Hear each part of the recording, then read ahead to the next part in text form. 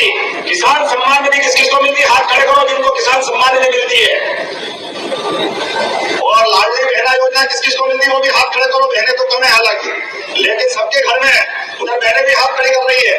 आप चिंता मत करो, अभी तो अपन ने अपनी तरफ से एक के बाद ये घोषणा भी की है कि आप आने वाले समय में आपको स्थायी बिजली का कनेक्शन मिले तो 5 रुपए में बिजली का कनेक्शन देने का काम अपनी सरकार के द्वारा किया जाएगा।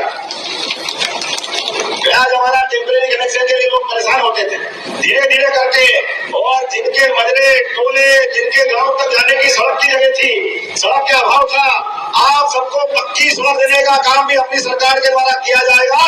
माननीय मोदी जी के जोरदार अभिनंदन करो आपके घर तक जाने के लिए। और जिनके मकान पक्के हो गए पहले और प्रधानमंत्री मकान का लाभ लिया, लेकिन कुछ लोग छूट गए नगर में भी और ग्रामीण क्षेत्र में भी, दोबारा सर्वे हो रहा उनका। कलेक्टर यहाँ मौजूद है मैडम, हमारे गरीब भाई बहनों के जिनके कच्चे मकान है सूची बना करके पक्के मकान दिलवाए जाएंगे। हमारे भाई बहनों का एक एक को ढूंढ ढूंढ के मकान बनवाना है, और बनवाना के लिए बनवाना है। हमारे भाई बहनों के लिए मकान पक्का बन जाए, उसके अपने गैस का चूल्हा मिल जाए, 28 तक निःशुल्क अनाज मिल जाए, बच्चे बच्चे की पढ़ाई हो जाए, उसको आगे बढ़ने का मौका मिल जाए। गरीब आदमियों को क्या चाहिए? अपने बच्चों बच्चे के भविष्य को सब चाहते हैं और ये होना चाहिए। और एक बात बताता हूँ, सोलर पंप के माध्यम से जिनके बिजली के पक्के कनेक्शन है, एक एक भरने की झंझट से मुक्ति कराएगी सरकार, इस दिशा में आगे बढ़ रही। मजा नहीं आया तो मैं वापस ले लूं क्या घोषणा? सोलर पंप के माध्यम से आपके अपने बिजली के कनेक्शन में भी आपको ये सुविधा दिलाने का काम हमारी सरकार कर रही है। और एक एक खेत में पानी पहुंचा करके खेती को अच्छा लाभ का धंधा बनाने के लिए लगातार सरकार काम कर रही है। अभी हमारे कुमार सिंह जी ने, निर्मला जी ने कहा अनास नदी को नर्मदा से जोड़ने की बात कही है। मैं परीक्षण करा करके जीवन रेखा है आपकी अनास नदी, इसको जोड़ने का प्रयास करवाया जाएगा। नदी से नदी जोड़ो अभियान एक एक करके आपने कहा कि हमारे बच्चों को, खासकर आपने आगे और भी बहुत सारी बातें लिखी, लेकिन अभी तो 1 ही साल हुआ है। गेहूं किस किस क्या होता है? गेहूं हाथ खड़े करो जिनका गेहूं की फसल होती है, सब क्या होती है? हमने चुनाव में घोषणा की थी कि 2700 रुपए क्विंटल गेहूं खरीदेंगे और कहा था कि 5 साल में खरीदेंगे, लेकिन अभी साल कितने हुए? कितने साल हुए अपनी सरकार को? कितने साल हुए भैया? एक हुआ? अरे इसी साल 2600 रुपए क्विंटल खरीदेंगे, 2600 रुपए क्विंटल। खाली बजाओ तो ऐसी बजाओ, आनंद आ जाए कि हाँ 2600 रुपए क्विंटल किसको कहते हैं। हमारी सरकार ने तय किया एक एक किसान की फसलों की कीमत सही प्रकार से देखते हुए लगातार प्रोत्साहन देना है। इसलिए 2600 रुपए क्विंटल गेहूं भी खरीद रहे हैं। वो झापा में भी जिनके बच्चे खेती अब छोटी हो गई और कारखाने में काम करना है, उद्योग धंधे में काम करना है, तो पहले तो अगर आप उद्योग धंधा खोलोगे तो आपको भी इंदौर की तुलना में झापा में ज्यादा लाभ दिलाया जाएगा, ज्यादा झापा वालों को, क्योंकि जहाँ उद्योग कम है उनको प्रोत्साहन देने की हमारी सरकार की नीयत है। जहाँ उद्योग है वहाँ तो है ही सही, लेकिन जहाँ नहीं है वहाँ मौका देना चाहिए। भरे में कब तक भरेंगे? सबको जोड़ना चाहिए। इसलिए हमने नियम बनाया है, अब झापा में कोई प्राइवेट हॉस्पिटल नहीं खोलेगा 50 करोड़ का, 100 करोड़ का, 20 करोड़ का, तो 20% अनुदान हॉस्पिटल खोलने में भी दिया जाए।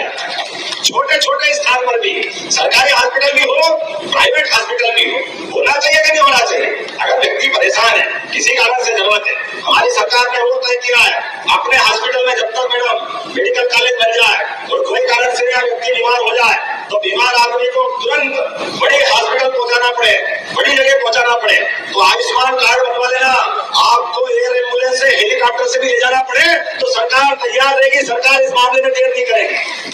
गरीब आदमी की भी तो जान है, उसको भी तो मौका मिलना चाहिए। गरीब ने क्या बिगाड़ा? वो बीमार हो जाए, आयुष्मान कार्ड हो, केवल डॉक्टर और कलेक्टर दोनों मिलकर तय कर ले, उसको इंदौर पहुंचाना तो इंदौर, दिल्ली मुंबई पहुंचाना तो दिल्ली मुंबई, 1 रुपया नहीं लगेगा, सारे पैसे सरकार के द्वारा दिए जाएंगे, सारे पैसे। ये अपनी सरकार के लिए है, ऐसे कई निर्णय हम कर रहे हैं। आज समय की कमी है, थोड़ा देरी से भी आया, लेकिन मुझे मालूम है फाग का रंग चढ़ गया है, होली आने वाली है और होली में हमारे पूरे प्रदेश में सबसे ज्यादा मस्ती का दिन चढ़ती है। तो हमारा भगवान एक मोदी जी के जमाने से रोजगार के लिए गुजरात जाते थे, गुजरात के लिए माननीय मोदी जी ने जो मुख्यमंत्री रहते हुए अब वही माहौल मध्य प्रदेश में भी मिलने वाला। जोरदार अभिनंदन करो अपने इस व्यवस्था के लिए। हमारे बीच हमारे भील समाज के लोग अब अपने कोई भी काम काज करें, बच्चे पढ़े लिखे आगे बढ़े। मुझे बताया गया था कि मेडिकल कॉलेज झाबुआ में नहीं था, हमने ऑर्डर कर दिया है एक भव्य मेडिकल कॉलेज अपने झाबुआ के अंदर बनाया जाएगा। यहाँ कोई बीमार पड़ जाए, कोई कारण से तकलीफ में आ जाए तो डॉक्टर पूरा अपना हॉस्पिटल सब प्रकार के इलाज की व्यवस्था उज्जैन ले जाओ, इंदौर ले जाओ, अहमदाबाद ले जाओ, बड़ौदा ले जाओ। अरे झाबुआ के लोग को क्यों जाना पड़े बाहर?